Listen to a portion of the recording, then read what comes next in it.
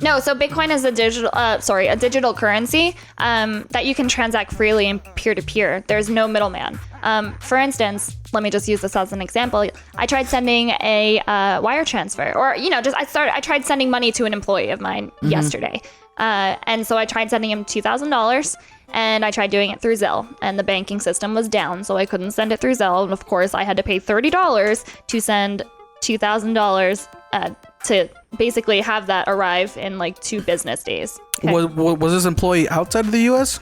Yeah, he is outside. Okay. But but with Bitcoin, I could have easily just sent him $2,000 in Bitcoin and have it been there immediately, and for much less. I mean, like for like 35 cents or something. Exactly. So like, and there was no waiting, and the bank called me after I tried sending the transfer, and they were like, oh, we need his first name, his last name, where he was born, the place he was, the place of his birth, we need his country, we need his passport number. You need that KYC. And I was just like, I'm just trying to send this guy money. Yeah, like, I need his social security number. He did a job. How many stitches does he have? Him for that. Yeah, exactly. And like, why do you need all this information? Why does it cost me $30 to have money arrive to you in 3 days? Yeah, when I can do it instantaneously for 35 cents. I had a guy buy some Bitcoin. He had to basically borrow some Bitcoin, he needed some Bitcoin very quickly.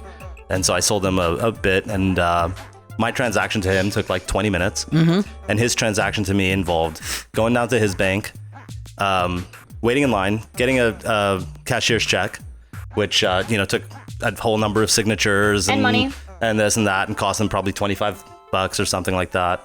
Getting back in his car, driving across town to my bank, getting back in line, standing in line for another hour. Yeah.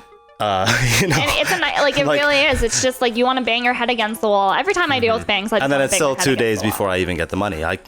My Bitcoin transaction to him took, I don't know, less than 20 minutes. Yeah. Right. Cost less than $1. Yeah. There was a whale alert on whalealert.com, I guess is what it's called. But this guy moved, what was it, like $400 million worth of Bitcoin, and I think it cost like $400 or something like that. Yeah. But it was like instant, and it was such a low fee. And I think and people know, I would assume people know this, but I think the complexity of Bitcoin, and people still don't understand that you don't have to buy a full Bitcoin. Yeah, that's a very common thing. Right. So I get, like, even yesterday, like this lady on Facebook was like, oh, I just can't afford to buy a Bitcoin at $10,000. And I was like, well, good news, lady, you can buy $10 a week of Bitcoin, and just stack it up. So like dollar cost averaging is something I recommend to everybody. It's going to benefit you in the future. Just all you have to do is $10 a week, $30 a month, $50 a month, however much you can afford to lose. Well, think of it as savings. Like if you can put $10 a week into savings, just right. Also, this is not financial advice. This whole video is now. If people have been watching our podcast from the beginning, they know what we talk about is not financial advice. A lot of the stuff we talk about is because we've talked about Bitcoin before with Tariq. We had him on. Yeah. But yeah, 100%.